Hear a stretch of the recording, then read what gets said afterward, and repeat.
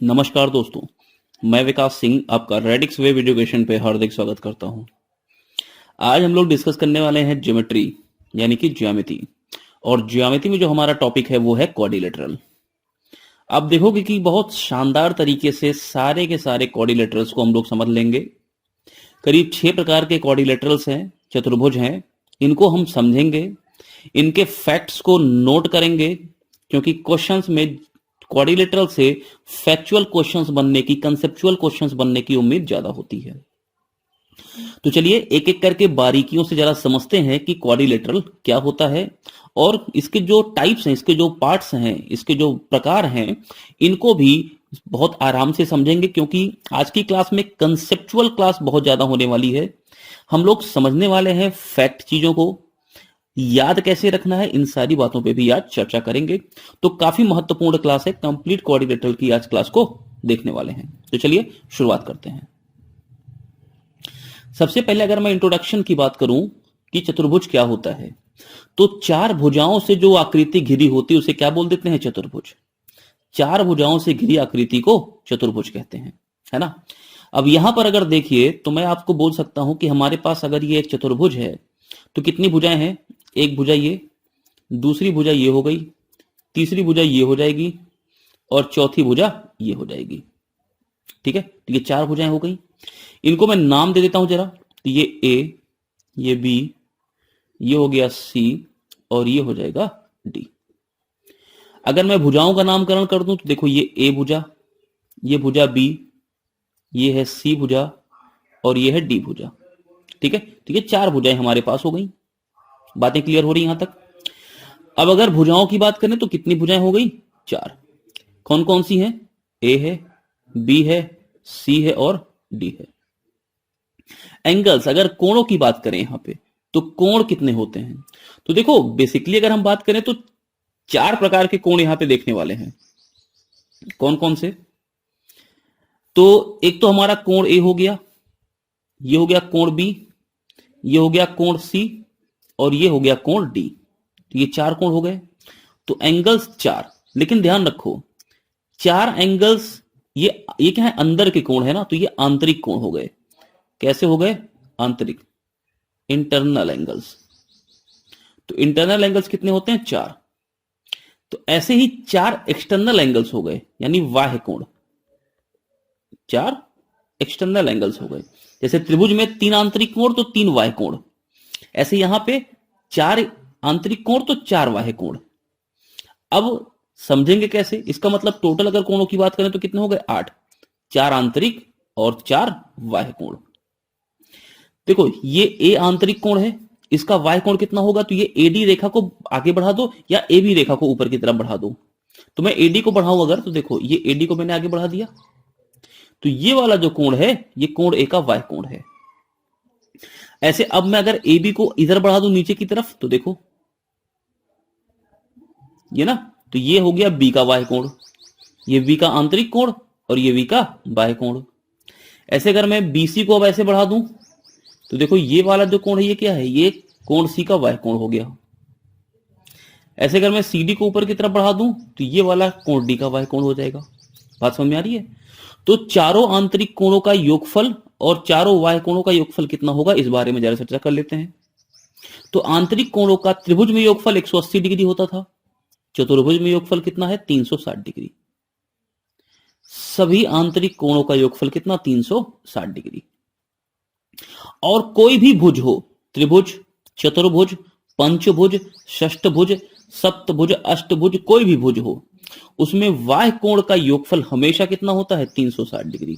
इस बात को तो बिल्कुल ध्यान रखिए, प्रश्न पूछे जाते हैं कि किसी भी भुज में, बहुभुज में, किसी भी भुज में, चाहे त्रिभुज से लेकर कोई भी भुज हो जाए, उन सब में बाह्य कोणों का योगफल हमेशा 360 होता है। आंतरिक कोणों का योगफल बदलता रहता है, जैसे त्रिभुज में 180, चतुर्भुज में 360 डिग्री। तो ऐसे अभी हम बहुभुज आगे जब पढ़ेंगे तो वहां पे पढ़ेंगे कि फॉर्मूला क्या होता है निकालने का। लेकिन ये जो एक्सटर्नल एंगल है ना, ये बाह्य कोण, ये हमेशा 360 डिग्री ही रहेगा। तो मेरे ख्याल से इतनी बात समझ में आ गई। 4 भुजाएं, 4 आंतरिक कोण, 4 बाह्य कोण। आंतरिक कोणों का योगफल 360 डिग्री और बाह्य कोण का योगफल 360 डिग्री। अब प्रश्न कभी कभी इस तरह से भी बन सकता है कि ऐसा कौन सा भुज है या ऐसी कौन सी आकृति होगी या उसमें भुजाओं की संख्या कितनी होगी जिसके आंतरिक एवं बाह्य कोण बराबर होते हैं। आंतरिक कोणों का योगफल बराबर बाह्य कोणों का योगफल।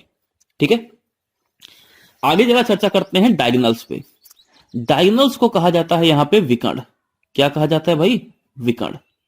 तो चलो इससे शो करते हैं। यहां पे देखो, ये दोनों डायगोनल्स हैं, क्या है? विकर्ण है। विकर्ण में देखो, एक कोने सी और एक कोने ए को, ए और सी को मिला दिया गया, तो ये एसी विकर्ण है। तो एक विकर्ण हमारा यहां पे क्या हो गया? एसी। यानी अपोजिट कोनों को मिलाने पर जो रेखा बनती है उसे क्या कहते हैं? विकर्ण कहते हैं, किसी भी चतुर्भुज की।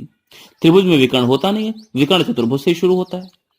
और ये बीडी एक क्या हो गया? विकर्ण हो गया। तो यानी एसी और बीडी ये दोनों क्या है? ये दोनों विकर्ण हैं। ठीक है, यहां तक बात क्लियर हो गई। तो विकर्ण, भुजा और कोण, इनके बारे में आपको मेरे ख्याल से अब जानकारी मिल चुकी होगी। क्लियर है? तो चलो आगे चर्चा करते हैं जरा अब त्रिभुज के प्रकार पर। ध्यान दो, सबसे पहले त्रिभुज का प्रकार डिस्कस करने वाले हैं पैरेललोग्राम। पैरेललोग्राम का मतलब होता है, जिसको हम क्या कहते हैं हिंदी में, आप इसको ध्यान भी रखना, समांतर चतुर्भुज। समांतर चतुर्भुज। अब ये समांतर चतुर्भुज क्या होता है, इसके बारे में एक एक बातों को ध्यान से समझते हुए चलना। देखो, किसी भी समांतर चतुर्भुज की सम्मुख भुजाएं, जो मैं बातें बोल रहा हूं उसको आप नोट करते चलेंगे, क्योंकि ये बहुत इंपॉर्टेंट टॉपिक अब शुरू होने वाला है आपका। अभी जितने भी त्रिभुज हैं उसमें आकृति की गणना के बारे में बात करता है। ठीक है, प्रश्न कि किस प्रकार की आकृति बनने वाली है, तो आपको कुछ फैक्ट देगा, उसके बेस पर आकृति की बात पूछेगा। तो ध्यान रखना जरा ये सारी बातों का। समांतर चतुर्भुज की अगर हम बात करें तो सम्मुख भुजाएं, सम्मुख का मतलब आमने सामने की, आमने सामने की यानी सम्मुख भुजाएं समान यानी बराबर तथा समांतर होती हैं। ठीक है, अगर इंग्लिश में इस बात को बोल दें तो कह सकते हैं कि opposite sides are equal and parallel. तो देखो, अगर मैं इस चतुर्भुज का एक नामकरण कर दूं कि मान लो ये ए, ये बी, ये हो गया सी और ये हो गया डी, तो आप देख सकते हो ए बी जो है ना ये सी डी के समांतर है। तो समांतर दिखाने के लिए मैं एरो का इस्तेमाल कर रहा हूं। ये ए बी जो है वो सी डी के समांतर है। ठीक है, और ए बी जो है वो सी डी के बराबर भी है। यानी क्या क्या बोल सकते हैं यहां पे? ए बी जो है वो बराबर है किसके? सी डी के, तथा साथ में ए बी जो है वो समांतर भी किसके है? सी डी के। इतनी बात क्लियर हो गई।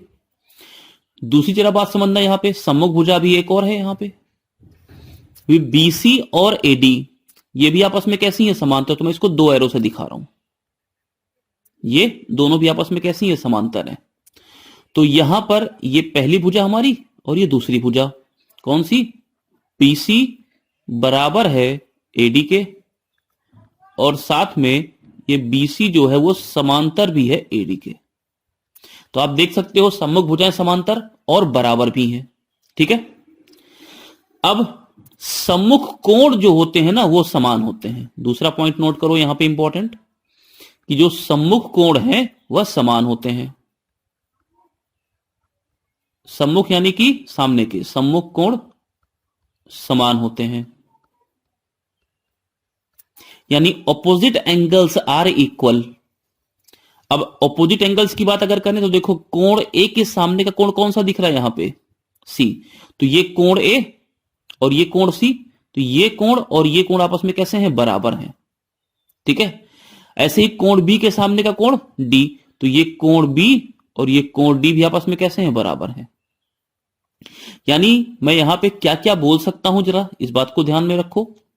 तो मैं यहां पे लिख सकता हूं कि कोण ए बराबर कोण सी और कोण बी बराबर कोण डी। ये दो बातें यहां पे समझ में आ गई।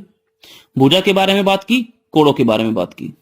कोण के बारे में दूसरी बात जरा समझो। यहां पे सम्मुख कोण तो बराबर हैं, लेकिन ये जो संगत कोण है, संगत कोण का मतलब जस्ट बगल बगल वाले, जैसे बी का संगत सी है, बी का संगत ए भी है, तो ये संगत कोणों का जो योगफल है ये 180 डिग्री होता है। यहां पर सम्मुख कोण तो समान हो गए, लेकिन जो संगत कोण है, संगत कोण, अब जब दो कोणों का योगफल 180 डिग्री होता है तो उन्हें संपूरक कहते हैं, यानी सप्लीमेंट्री।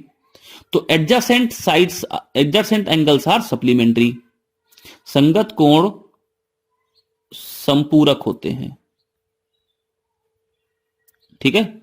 यानी मैं बोल सकता हूं कि कोण बी प्लस कोण सी, ये दोनों क्या है, संगत हैं, यानी एडजेसेंट हैं। इनका योगफल 180 डिग्री होगा। ऐसे में ये भी बोल सकता हूं कि कोण बी के साथ देखो कोण ए भी है, तो ये भी कितना होगा, 180 डिग्री होगा, ठीक है। ऐसे में ये बोल सकता हूं कि कोण ए के साथ एक कोण और है, कोण डी, इसका योगफल भी कितना होगा, 180 डिग्री। तो कोण सी और कोण डी का योगफल भी कितना होगा, 180 डिग्री। बोलो बात समझ में आ रही है। तो सम्मुख कोण समान और संगत कोण संपूरक होते हैं, किसमें, समांतर चतुर्भुज में। इतनी बात तो मेरे ख्याल से समझ में आ गई होगी, ठीक। अब मैं खींच रहा हूं डायगोनल्स, जरा ध्यान से देखना मेरी सारी बातों को और सुनना। डायगोनल का काम क्या होता है, देखो सबसे पहले मैंने एक डायगोनल खींचा, बी और डी को मिला दिया तो एक डायगोनल हमारा ये हो गया। देखो सुंदर सा डायगोनल बन गया यहां पे, ये बीडी, ये बीडी क्या है, डायगोनल है, ठीक है। ऐसी अगर मैं एसी को भी खींच दूं तो ये भी क्या है, डायगोनल है। तो अगर मैं एसी को खींच दूं यहां पे तो देखो ये क्या है, ये भी डायगोनल है। बोलो बात समझ में आ रही है। तो ये दो डायगोनल्स हैं यहां पे, कौन कौन से, बीडी और एसी। अब चलो जरा विकर्णों के बारे में बात करते हैं, क्योंकि विकर्णों के बारे में जो चर्चा करेंगे वो काफी इंपॉर्टेंट होगी। तो देखो यहां पे एक बात जरा, यदि मैं डायगोनल्स की बात करूं, विकर्ण की, डायगोनल्स यानी कि विकर्ण, तो पहले तो जरा नाम लिख लेते हैं कौन कौन से हैं। तो एसी एक विकर्ण हो गया और बीडी एक विकर्ण हो गया, ये दो विकर्ण है। यहां पर दोनों विकर्ण आपको आसानी से देख सकते हो, ये बराबर नहीं दिख रहे हैं, है ना। तो विकर्ण कैसे होते हैं, असमान होते हैं, यानी अनइक्वल होते हैं, बराबर नहीं होते हैं, ठीक है। लेकिन इनकी एक प्रॉपर्टी यह है कि ये एक दूसरे को समद्विभाजित करते हैं। जैसे मान लो अगर मैं इसको नाम दे दूं ओ का, यहां पर ये कट कर रहे हैं, इसको नाम दे दूं ओ का, तो ये बीओ और ओडी क्या होगा, बराबर होगा, यानी बीओ बराबर किसके हो जाएगा, ओडी के, ठीक है। ऐसे एओ बराबर किसके हो जाएगा, ओसी के, यानी ये एओ और ये ओसी आपस में कैसे हो जाएंगे, बराबर। तो विकर्ण असमान तो हैं, लेकिन क्या करते हैं, एक दूसरे को बाइसेक्ट करते हैं, समद्विभाजित करते हैं। क्या करते हैं, समद्विभाजित करते हैं। बात क्लियर हो गई, बस समद्विभाजित करते हैं केवल, और समद्विभाजित करते हैं इसका मतलब क्या हो गया कि पूरा बीडी को दो इक्वल इक्वल पार्ट में डिवाइड कर दिया, बीओ और ओडी में, यानी बीओ बराबर क्या होगा, डीओ, है ना। और साथ में यहां पे एओ बराबर क्या हो जाएगा, ओसी। तो विकर्ण असमान लेकिन एक दूसरे को समद्विभाजित करते हैं। इतनी बात समझ में आई। अच्छा अब एक बात जरा समझना, ये पूरा कोण अगर देखो ए बी सी, ये पूरा कोण, ये वाला, ये पूरा कोण ए बी सी, तो विकर्ण खींचा गया तो देखो कोण दो भागों में बटा, लेकिन ये वाला कोण, इतना कोण ये वाला और ये इतना कोण, ये दोनों बराबर नहीं होते हैं, ध्यान रखना इस बात को। यानी विकर्ण ने कोणों को आधा आधा डिवाइड नहीं किया है, समद्विभाजित करते हैं किसको, इन आपस में एक दूसरे की भुजाओं को, यानी कि एक दूसरे को समद्विभाजित करते हैं, लेकिन कोणों के समद्विभाजक नहीं होते हैं, परंतु एंगल बाइसेक्टर नहीं होते हैं, परंतु कोण समद्विभाजक नहीं होते हैं, ठीक है। तो डायगोनल्स के बारे में इतनी बात हमने कर ली, यहां पे, यहां तक बात क्लियर है। अगर मैं डायगोनल्स को नाम दे दूं यहां पे, जैसे मैंने यहां पे एसी और बीडी लिखा है, तो मैं एसी को मान ले रहा हूं यहां पे क्या, D1, भाई बराबर तो नहीं है तो मैं इसलिए D1 मान लूं, और बीडी को मैं मान ले रहा हूं D2, ठीक है। भुजाओं की बात करूं तो देखो आप, ए बी भुजा को मैंने मान लिया यहां पे L, तो ये CD भुजा भी कितनी होगी, L होगी। ऐसे अगर मैं BC भुजा को मान लूं B, तो ये AD भुजा भी कितनी हो जाएगी, B हो जाएगी। देख सकते हो यहां पे। तो यहां से एक रिलेशन ध्यान रखना, D1 square plus D2 square बराबर 2 times of L square plus B square. यानी भुजाओं के वर्गों के योगफल का दोगुना ये विकर्णों के वर्गों के योगफल के बराबर होता है। देखो ये क्या है, भुजाएं हैं, तो ये भुजाओं के वर्गों के वर्ग कर दिया, का योगफल योग कर दिया, का दोगुना 2 से गुणा कर दिया। तो भुजाओं के वर्गों के योगफल का दोगुना ये बराबर होता है विकर्ण, ये क्या है, ये विकर्ण ही तो है, तो विकर्णों के वर्गों के योगफल के। ठीक है, तो ये समांतर चतुर्भुज की पूरी चर्चा हमने यहां पे कर ली है। क्लियर हो गई होंगी इनकी बातें। चलो आगे बढ़ते हैं, जरा बात करते हैं इन कोणों की। तो देखो अब अगर मैं अब यहां पे चर्चा करूं, देखो मैं मान लूं कि ये पूरा कोण कितना है, अल्फा है। कोण ए को मैंने कितना मान लिया, अल्फा। तो कोण सी भी कितना होगा, अल्फा होगा। दोनों बराबर बराबर होंगे। ठीक है, अच्छा यहां पर अगर मैं कोण बी और कोण डी की बात करूं, तो ये मैंने इसको बीटा बीटा मान लिया। बात क्लियर हो रही है। लेकिन अब इसके बारे में कोई चर्चा नहीं कर सकते कि ये हमारा अल्फा बाई 2 होगा और ये अल्फा बाई 2 होगा, क्योंकि ये हमारा कोण समद्विभाजक नहीं होता है। तो इस बारे में चर्चा नहीं कर सकते हैं, इस बारे में कोई भी हम बात नहीं बोल सकते हैं। तो इतनी सारी बातें हैं जो आपको ज्योमेट्री में एक समांतर चतुर्भुज के बारे में पता होनी चाहिए। अब अगर आप ये जानना चाहोगे यहां पे कि भाई एक बात बताओ कि परिमाप क्या होता है, क्षेत्रफल क्या होता है, तो ये सारी चर्चा हम लोगों ने जब अभी हम लोगों ने आपको एक टॉपिक दिया था मेंसुरेशन का, उसमें चर्चा कर ली है। तो आप एक बार जाके 3-3.25 घंटे की वीडियो है मेंसुरेशन वाली, उसमें वो सारी बातों पे चर्चा कर चुके हैं, तो उसको आप वहां पे समझ सकते हो। ठीक है, उसकी चर्चा हम यहां पे नहीं कर रहे हैं, ये प्योर ज्योमेट्री पढ़ रहे हैं। तो मेरे ख्याल से इतनी बातें समझ में आ गई। ठीक है, चलो आगे बढ़ते हैं। अब है रेक्टेंगल। तो देखो ये जो रेक्टेंगल, इसको क्या कहते हैं, आयत कहते हैं। क्या कहते हैं, आयत। तो ई है एक आयत। अब देखो अगर देखो समांतर चतुर्भुज की बात करें तो कोणों के बारे में कोई भी आइडिया नहीं था, कोण कुछ भी हो सकते थे। लेकिन यहां पर आयत में आप देख सकते हो कि सारे कोण कितने हैं, 90-90 डिग्री के दिख रहे हैं। जितने भी कोण आपको यहां पे दिख रहे हैं वो किसके हैं, 90-90 डिग्री के, है ना। ये कोण भी 90 डिग्री का, ये कोण भी 90 का। तो अगर मैं नाम दे दूं यहां पे, तो ये ए, ये बी, सी और डी। तो आयत के बारे में सबसे पहली बात यहां पे कि इसकी भी सम्मुख भुजाएं समान एवं समांतर होती हैं। जैसे कि यहां पर थी समान एवं समांतर थी, वहां भी समान एवं समांतर होंगी। तो सम्मुख भुजा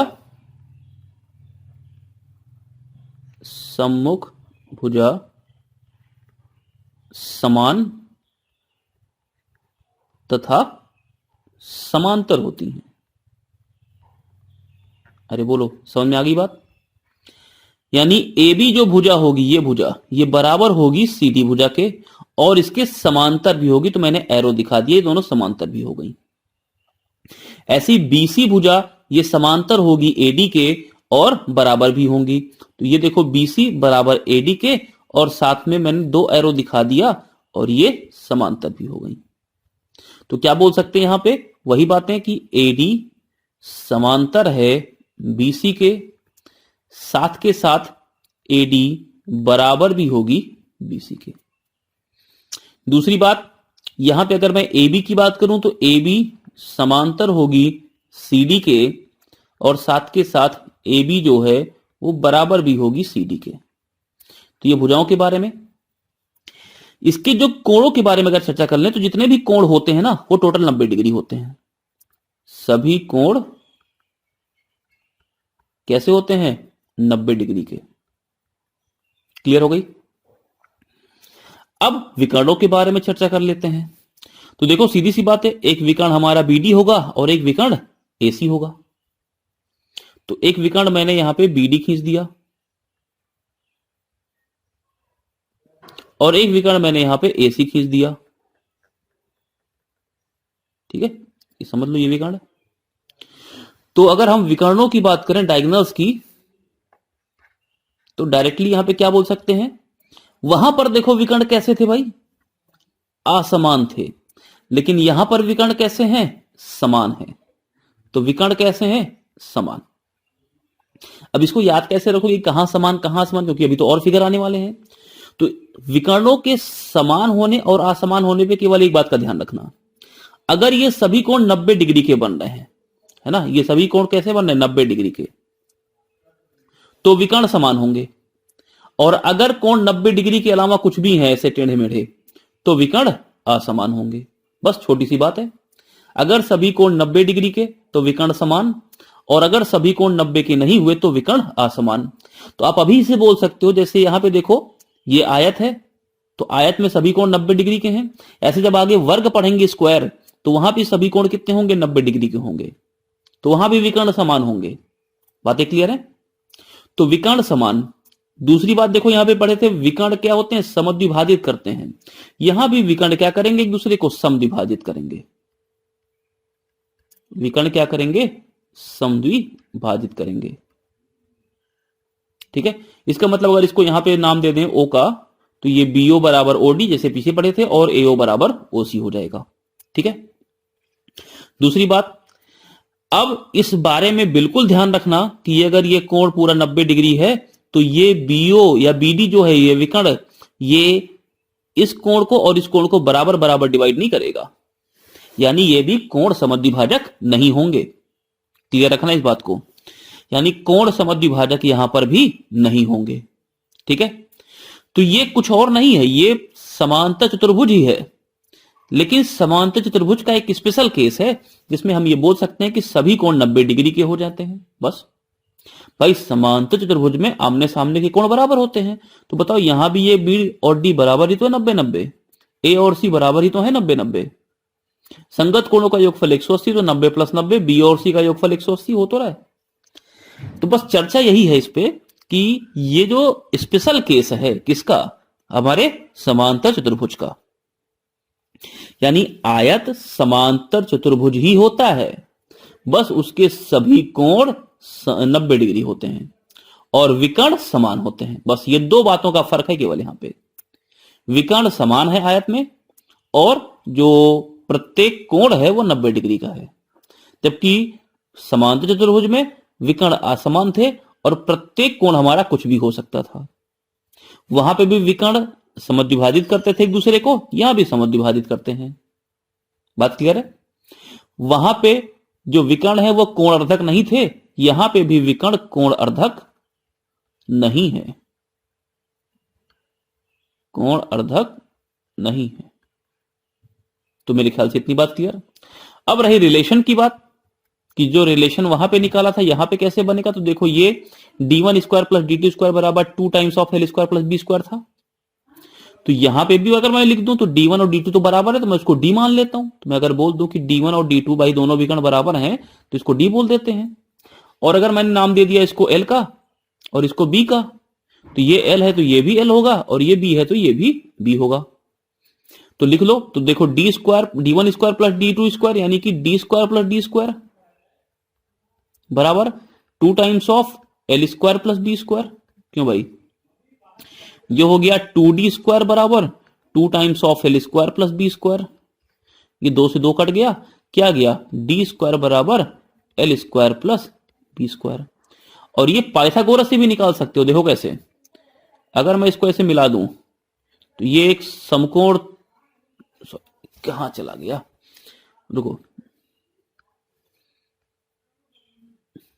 देखना ध्यान से जरा, ये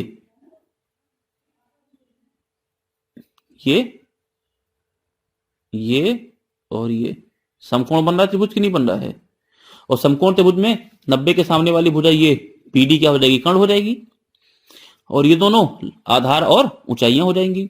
तो मैं कर्ण का वर्ग बराबर लंब का वर्ग प्लस आधार का वर्ग बोल सकता हूं पाइथागोरस से। तो ये d स्क्वायर बराबर l square plus b square, ये तो डायरेक्टली हम बोल सकते हैं। अब चूंकि हम बात कर रहे थे एक चतुर्भुज की, इसलिए हमने पाइथागोरस का इस्तेमाल ना करके आपको इस रिलेशन से इसको निकाल के दिखा दिया, है ना।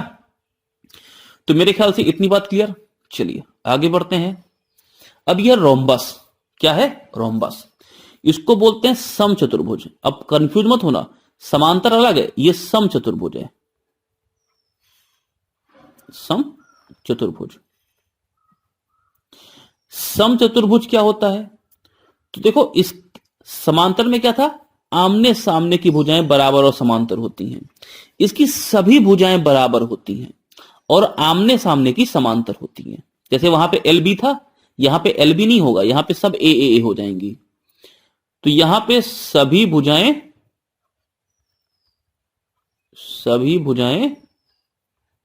समान होती हैं। कैसी होती हैं? समान। सभी भुजाएं समान होती हैं तथा जो सामने वाली हैं यानी कि सम्मुख तथा सम्मुख भुजाएं समांतर होती हैं। यानी कि all sides are equal and opposite sides are parallel. Clear यहां तक बात? तो अगर मैं नामकरण कर दूं तो ज्यादा अच्छे समझ में आएगा। जरा देखना, इसको नाम दे दें ए का, ये हो गया बी, ये हो गया सी, ये हो गया डी।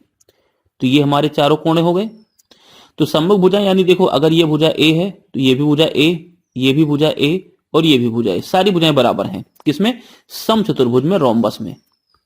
ठीक है, तो ऑल साइड्स आर इक्वल सम चतुर्भुज में। तो मैं अगर यहां पे बोल दूं कि भाई ए बी बराबर बी सी बराबर सी डी और बराबर डी ए, ये सभी बराबर और सब किसके बराबर हैं? ए के। तो कोई दिक्कत नहीं है। लेकिन पैरेलल होंगी आमने सामने की, तो यहां पे आप बोल सकते हो कि एडी जो है वो पैरेलल होगी किसके? बीसी के। और साथ में सीडी जो है वो पैरेलल होगी किसके? एबी के। बोल सकते हो आप ऐसे। क्लियर यहां तक? चलो आगे। अब कोणों की बात करते हैं। तो सभी भुजाएं समान, इसका यह मतलब नहीं कि कोण भी सारे समान हो जाएंगे ना। कोण बिल्कुल उसी तरह रहेंगे। कैसे? जैसे कि वहां पर थे, क्या थे वहां पर? सम्मुख कोण। देखो ये नीले से दिख रहा है ना, ये नीले नीले, तो ये सम्मुख कोण समान होंगे। यानी अगर ये कोण ए कोण सी के समान होगा तो सम्मुख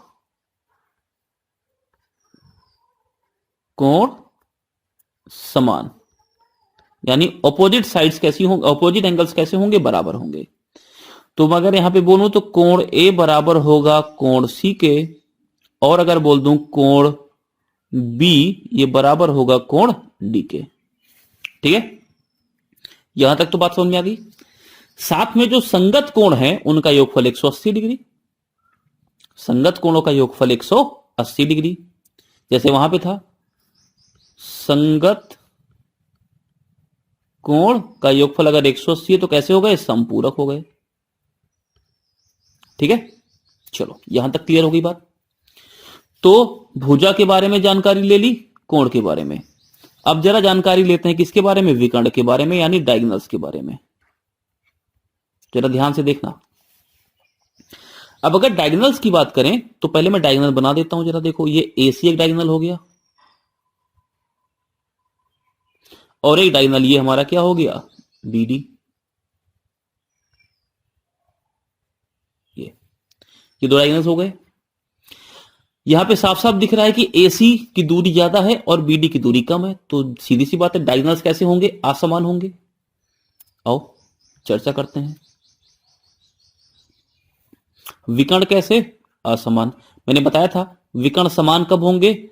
जब जितने कोण हैं सब 90 हो जाएंगे, तब विकर्ण समान हो जाएंगे, वरना विकर्ण समान नहीं रहेंगे। तो पहली बात तो विकर्ण कैसे हो गए? असमान हो गए। अच्छा आगे, क्या विकर्ण यहां पर जो है वो एक दूसरे को समद्विभाजित करते हैं? तो अभी तक करते आ रहे हैं, तो यहां भी करेंगे। विकर्ण एक दूसरे को समद्विभाजित भी करेंगे, यानी कि बाइसेक्ट करेंगे।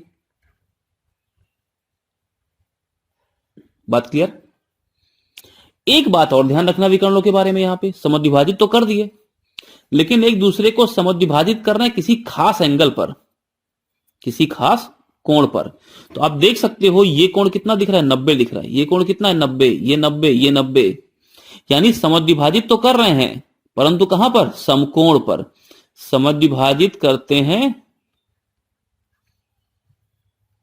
कहां पर? समकोण पर, यानी कि राइट एंगल पर। मतलब विकर्ण असमान तो होते हैं, एक दूसरे को समद्विभाजित भी करते हैं, लेकिन समकोण पर समद्विभाजित करते हैं। यानी ये कोण कितना बन जाएगा? 90 डिग्री। अगर मैं बात करूं इसकी तो देखो ये पूरा कोण कितना होगा? ये 90 डिग्री का कोण हो जाएगा। बात क्लियर हो गई यहां तक? चलो, मेरे ख्याल से इतनी बात क्लियर हुई। चलो अब जरा समझना बातों को कुछ। तो यहां पर जो विकर्ण है वो असमान और समद्विभाजित करते हैं समकोण पर एक दूसरे को। आगे अगर जरा देखें यहां पे, तो विकर्ण जो होते हैं ना, ये कोण अर्धक की तरह भी कार्य करते हैं। किसकी तरह? कोण अर्धक की तरह। देखो अब ऐसा क्यों हो जा रहा है, जरा समझना पहले। कोण अर्धक की तरह काम क्यों कर रहे हैं? इसका मतलब कि ये हो जाएगा 45 डिग्री, और सॉरी 45 नहीं, कोई भी कोण हो सकता है ना यहां पे।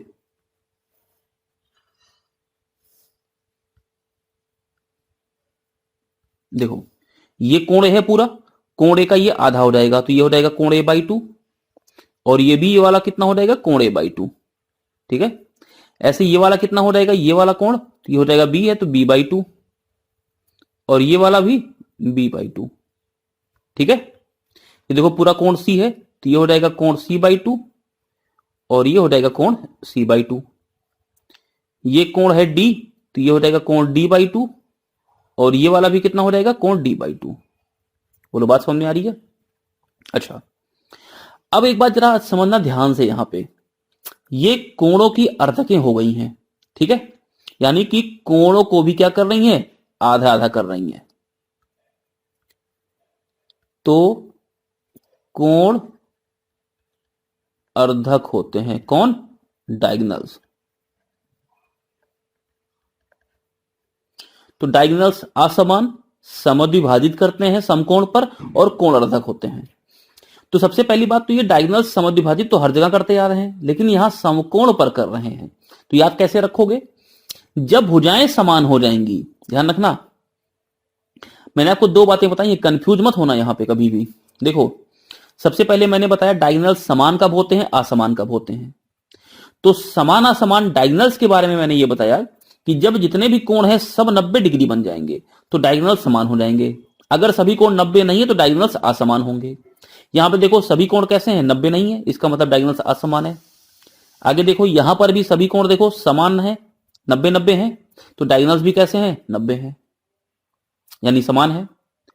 आगे अगर हम बात कर लें यहां पे, तो देखो सभी कोण समान नहीं है, डायगोनल्स भी समान नहीं है। बात समझ में आई? यानी कोण समान तो डायगोनल समान, कोण समान नहीं है तो डायगोनल समान नहीं है। बात क्लियर हो रही है? चलो, अब कोण समद्विभाजित हर जगह करते हैं, लेकिन समकोण पर कहां कहां करेंगे? समकोण पर तब करेंगे जब सभी भुजाएं बराबर होंगी। तो भुजाएं एक तो समचतुर्भुज में बराबर रहेंगी, एक अभी वर्ग पढ़ेंगे वहां बराबर रहेंगी। तो वहां पर भी विकर्ण एक दूसरे को समद्विभाजित करेंगे और समकोण पर समद्विभाजित करेंगे। क्लियर यहां तक बात?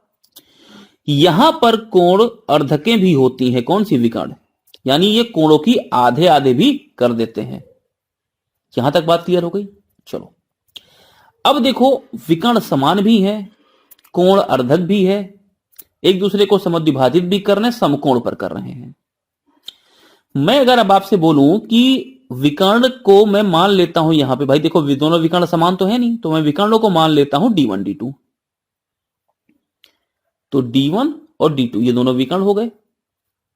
भुजा हमारे पास ए ही है, तो देखो अगर मैं AC को d1 बोल दूं तो ये क्या हो जाएगा? इतनी दूरी, ये यहां से लेकर यहां तक, ये हो जाएगी हमारी d1/2। यहां से लेकर ये पूरी दूरी, ये वाली, ये कितनी हो जाएगी? तो ये हो जाएगी d2/2। और ये देखो ए ही है, पाइथागोरस यहां लगा सकते हैं आसान से, तो d1/2 का वर्ग, ठीक है, प्लस d2/2 का वर्ग, ये बराबर होगा किसके? कर्ण के वर्ग यानी ए के वर्ग के। तो हो जाएगा d1²/4 प्लस d2²/4 बराबर a²। या अगर मैं यहां से रिलेशन निकाल दूं d1 square plus d2 square बराबर 4a स्क्वायर, तो कोई दिक्कत तो नहीं। यहां पे d1 d2 क्या है, विकर्ण है, और a क्या है यहां पे, भुजा है। इस रिलेशन को, ये हमारा जो पहले वाला रिलेशन है ना यहां, इससे भी निकाल सकते हैं। देखो कैसे, ये है ना d1 square plus d2 square बराबर 2 times of l square plus b square, तो l और b की जगह पे a और a आ जाएगा। और देखो जरा, इससे भी निकाल सकते हो आप, d1 square plus d2 square, ये पहला तरीका था पाइथागोरस लगा के, ये पुराने रिलेशन से निकालने का तरीका है। 2 टाइम्स ऑफ l की जगह पे a स्क्वायर और b की जगह पे a स्क्वायर, तो हो गया 2a स्क्वायर, और 2a स्क्वायर का डबल कितना, 4a स्क्वायर, वही आ रहा है। तो ये रिलेशन को भी ध्यान रखना, ये बड़ी इंपॉर्टेंट बात है। ठीक, तो मेरे ख्याल से इतनी बात समचतुर्भुज के बारे में समझ में आ गई। आगे बात करते हैं यहां पे स्क्वायर की। स्क्वायर क्या हो गया यहां पे, वर्ग। अब वर्ग क्या होता है, इसकी भी सभी भुजाएं कैसी होती हैं, समान।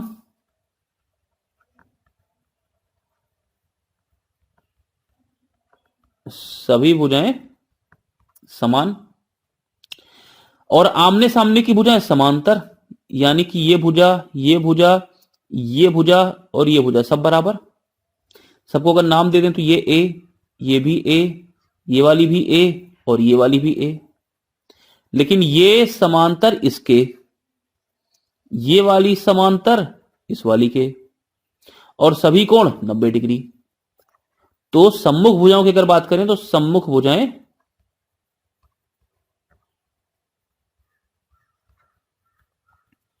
समांतर हैं। ठीक है, कोणों की अगर बात कर लें यहां पे, तो सभी कोण कितने, 90 डिग्री के, सभी कोण 90 डिग्री। अगर सभी कोण 90 डिग्री हैं तो फिर विकर्णों की अगर हम बात कर लें, डायगोनल्स की, तो आप जानते हो जब सभी कोण 90 होते हैं तो डायगोनल्स कैसे होते हैं, समान होते हैं। तो डायगोनल्स कैसे हो गए, समान। समद्विभाजित विभाजित करेंगे, सीधी सी बात है, ये पहला डायगोनल, ये दूसरा डायगोनल, दोनों डायगोनल्स कैसे हैं, समान है, और एक दूसरे को कट कर रहे हैं, समद्विभाजित विभाजित कर रहे हैं 90 डिग्री पर। तो डायगोनल्स कैसे, समान, समद्विभाजित करते हैं, कहां पर करते हैं, समकोण पर 90 पर। तो 90 पर दो ही जगह करेंगे, स्क्वायर पर यानी वर्ग में, और रोम्बस में यानी कि समचतुर्भुज में। तो यहां पर विकर्ण समान, जबकि समचतुर्भुज में विकर्ण समान नहीं थे, असमान थे। यहां पर जो विकर्ण है एक दूसरे को कोणार्धक की तरह भी कार्य करते हैं, तो कोणार्धक भी हैं, यानी एंगल बाइसेक्टर भी है, कोणार्धक भी है ये विकर्ण। ठीक है, यानी ये वाला कोण और ये वाला कोण बराबर होगा, और बराबर होगा तो कितना होगा, 45 डिग्री। ये 45, ये 45, क्योंकि ये 90 डिग्री है कि नहीं है, आधा कर देंगे तो 45। ऐसे ये पूरा 90 है तो ये भी कितना, 45, और ये भी कितना, 45। सेम यहां पे ये वाला भी 45, ये वाला भी 45। अरे क्लियर है बात। तो ये हो गई विकर्णों की बात। और यहां पर अगर मैं अब रिलेशन निकाल दूं कि जैसे देखो d1 square plus d2 square बराबर 4a स्क्वायर था, तो d1 d2 तो बराबर है, तो इसकी जगह भी d square plus d square बराबर 4a स्क्वायर, 2d स्क्वायर बराबर 4a स्क्वायर, d स्क्वायर बराबर 2a स्क्वायर, तो d बराबर कितना, √2 इंटू a। यानी भुजा में अगर मैं √2 से गुणा कर दूं तो मुझे क्या मिल जाएगा, विकर्ण मिल जाएगा। बात क्लियर है, यानी सीधी सी बात है, विकर्ण की लंबाई भुजा की लंबाई से बड़ी है। ठीक है, चलो, तो वर्ग के बारे में सारी बातें समझ में आ गई। अब आगे बात कर लेते हैं यहां पे ट्रेपेजॉइड, या इसको कभी कभी ट्रेपेजियम भी कहते हैं, जिसको बोलते हैं समलंब चतुर्भुज। क्या कहते हैं, समलंब चतुर्भुज। इस चतुर्भुज की खास बात क्या है, इसकी कोई भी दो भुजा समांतर, कोई भुजा, कौन सी भुजा, कोई दो भुजा समांतर हो जाएंगी, लेकिन साथ में कोई दो भुजा असमांतर भी होंगी। ठीक है, यानी दो समांतर तो दो असमांतर। देखो ये वाली इस वाली के समांतर है, जबकि ये वाली इस वाली के असमांतर है। ठीक है, समांतर भुजाएं कभी भी बराबर नहीं होंगी। जो भुजाएं समांतर होंगी वो कभी भी समान नहीं होंगी, इस बात को ध्यान रखना। समांतर भुजाएं हमेशा कैसी होंगी? असमान होंगी, हमेशा। यानी जो पैरेलल साइड्स हैं वो कभी बराबर नहीं होंगी। लेकिन जो असमांतर भुजाएं हैं वो समान भी हो सकती हैं या नहीं भी हो सकती हैं, वो उनके ऊपर है। असमांतर भुजाएं कैसी होंगी? यहां पे समान भी हो सकती हैं और असमान भी हो सकती हैं, ये क्वेश्चन पे डिपेंड करेगा। लेकिन पॉसिबिलिटी दोनों है, दोनों हो सकती हैं असमांतर वाली। लेकिन जो समांतर हैं वो केवल असमान होंगी, वो बराबर नहीं हो सकती। ठीक है, अब दो समांतर भुजाओं के बीच की दूरी तो हमेशा नियत रहेगी। इनके विकर्णों के बारे में भी कोई प्रावधान नहीं है। विकर्ण बराबर भी हो सकते हैं, बराबर नहीं भी हो सकते हैं। अगर ये दोनों भुजाएं जो असमांतर वाली हैं, अगर ये असमांतर वाली दोनों भुजाएं समान हो गई, बराबर हो गई, तो विकर्ण बराबर हो जाएंगे। जैसे देखो ये ट्रेपेजियम है यानी समलंब, ये वाली भुजा इस वाली भुजा के बराबर हो गई, तो ये जो दो विकर्ण हैं ये भी कैसे होंगे? समान हो जाएंगे। तो जब दोनों भुजाएं जो असमांतर हैं, मैं यहां पे लिख देता हूं, यदि असमांतर भुजाएं यानी जो नॉन पैरेलल साइड्स हैं समान हो तो विकर्ण समान होंगे, अन्यथा असमान होंगे। ठीक है, तो इतनी सी बात है डायगोनल्स के बारे में। यहां पे कोणों के बारे में कोई चर्चा नहीं कर सकते, कोई भी फिक्स पैटर्न नहीं है, कुछ भी हो सकता है। तो ये पूरा एक बेसिक आइडिया लग गया। और कभी कभी काइट के बारे में पूछ लेता है, जिसको हम क्या बोलते हैं? पतंग बोलते हैं। तो पतंग के बारे में खाली इतना जान लो कि जो इसकी संलग्न भुजाएं होती हैं, जैसे ये नीली वाली भुजा, ये नीली वाली भुजा, ये बराबर होती है, और ये वाली भुजा और ये वाली भुजा बराबर होती है। यानी ये इसके बराबर, लाल वाली के बराबर, नीली वाली के बराबर। जो विकर्ण होते हैं वो एक दूसरे को समकोण पर कट करते हैं। बस इतनी सी बात है इसके बारे में, और कोणों के बारे में कोई आइडिया नहीं है। क्लियर यहां तक बात? तो ये पूरा टॉपिक आपका हुआ। ये बहुत इंपॉर्टेंट नहीं है, कभी कभार एसएससी में एक दो बार पूछा गया, बाकी ज्यादा इसमें खास ध्यान देने की बात नहीं है। केवल इतना ध्यान रखना है कि पतंग में ये जो संलग्न भुजाएं हैं, ये नीली वाली के बराबर और ये लाल वाली के बराबर होती है। विकर्ण एक दूसरे को 90 पर प्रतिच्छेद करते हैं। समद्विभाजित नहीं करते, प्रतिच्छेद करते हैं, केवल कट करते हैं, समद्विभाजित नहीं करते हैं। ठीक है, तो ये पूरा आपका चतुर्भुज कंप्लीट हुआ कंसेप्चुअल वे में। तो मेरे ख्याल से इतनी बात समझ में आ गई। तो अगर पसंद आया हो तो लाइक कर देना, सब्सक्राइब कर लेना और शेयर कर देना दोस्तों को। और कोई सजेशन हो तो बिल्कुल कमेंट बॉक्स में कमेंट करके बताना। तो आज के लिए इतना ही। आज के लिए धन्यवाद। फिर मिलते हैं नई क्लास में नए टॉपिक के साथ। तब तक के लिए आप पढ़ते रहें। धन्यवाद।